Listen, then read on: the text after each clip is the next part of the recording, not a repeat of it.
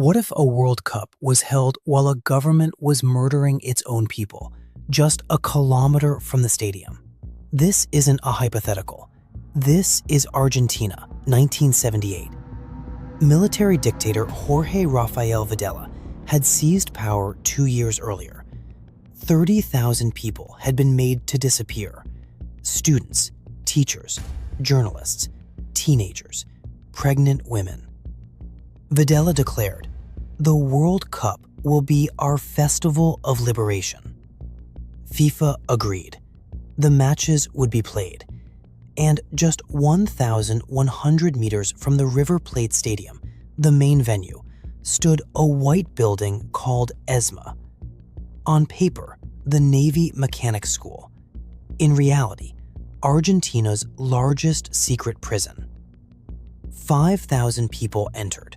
Most were taken at night, loaded onto helicopters, and dropped alive into the ocean. During the tournament, a small group of mothers walked every Thursday in the Plaza de Mayo, white headscarves on their heads, photos of the disappeared in their hands. Police tried to stop them. A court order banned gatherings of more than 2, so the mothers didn't gather. They walked, in circles, counterclockwise. Walking cannot be outlawed. The world's cameras were pointed at the goalposts. The mothers understood. To remain invisible before the camera is also a kind of disappearing.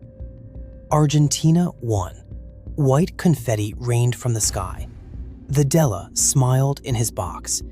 And 1,100 meters away, a prisoner was pulled from a cell and told to sing the national anthem to celebrate. Years later, that prisoner said, "It was the greatest humiliation of my life. I have never forgiven myself." Johan Cruyff, the greatest player of his generation, didn't play in 1978.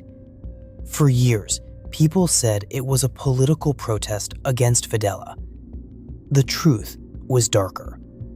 Months before the tournament, armed men had broken into his Barcelona home.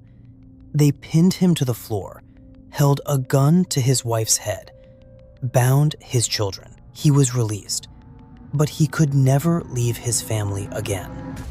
He stayed home, and he never spoke about it for 30 years.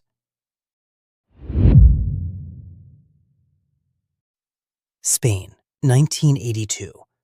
What happened next is still called the most shameful match in World Cup history. West Germany versus Austria. If Germany won by exactly 1 or 2 goals, both teams would advance, and Algeria, who had already beaten Germany, would be eliminated. Germany scored after 10 minutes. Then, for 80 minutes, the ball passed gently between the two teams. No attacks, no risk, no contest. The word for it, collusion. In the stands, Algerian supporters wept. German fans screamed in fury and waved money in the air. Radio commentators refused to call the match, playing Bavarian folk music instead. Final score, 1-0. Both teams advanced. Algeria went home.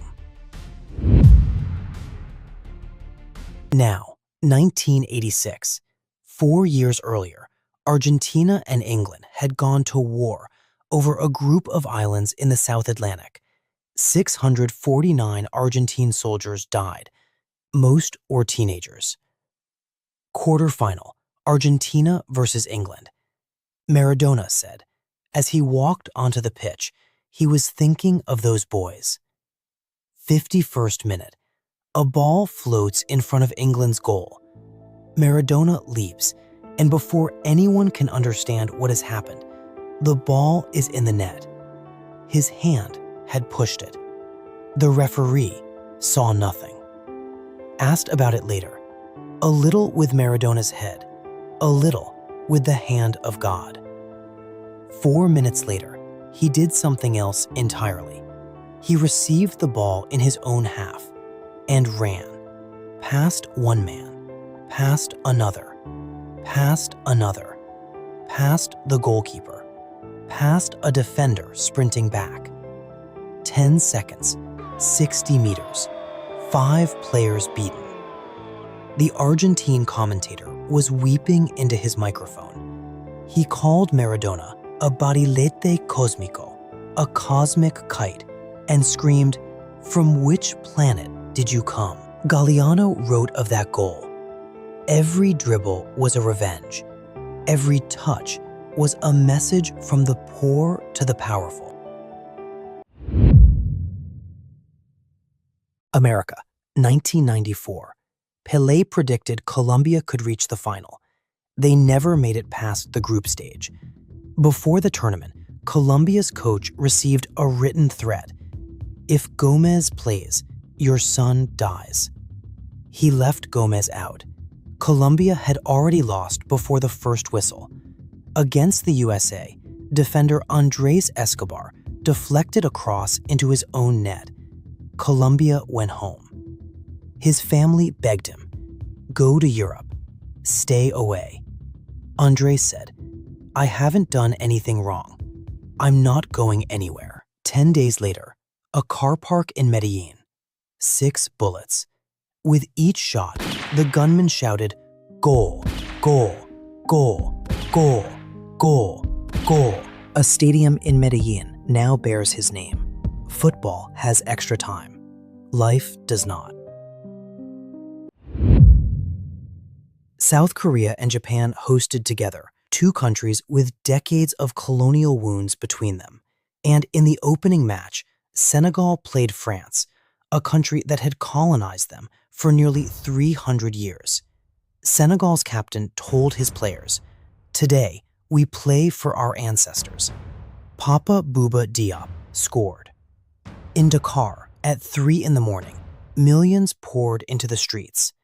Brazil won the final. Ronaldo scored twice, a man doctors had said would never play again.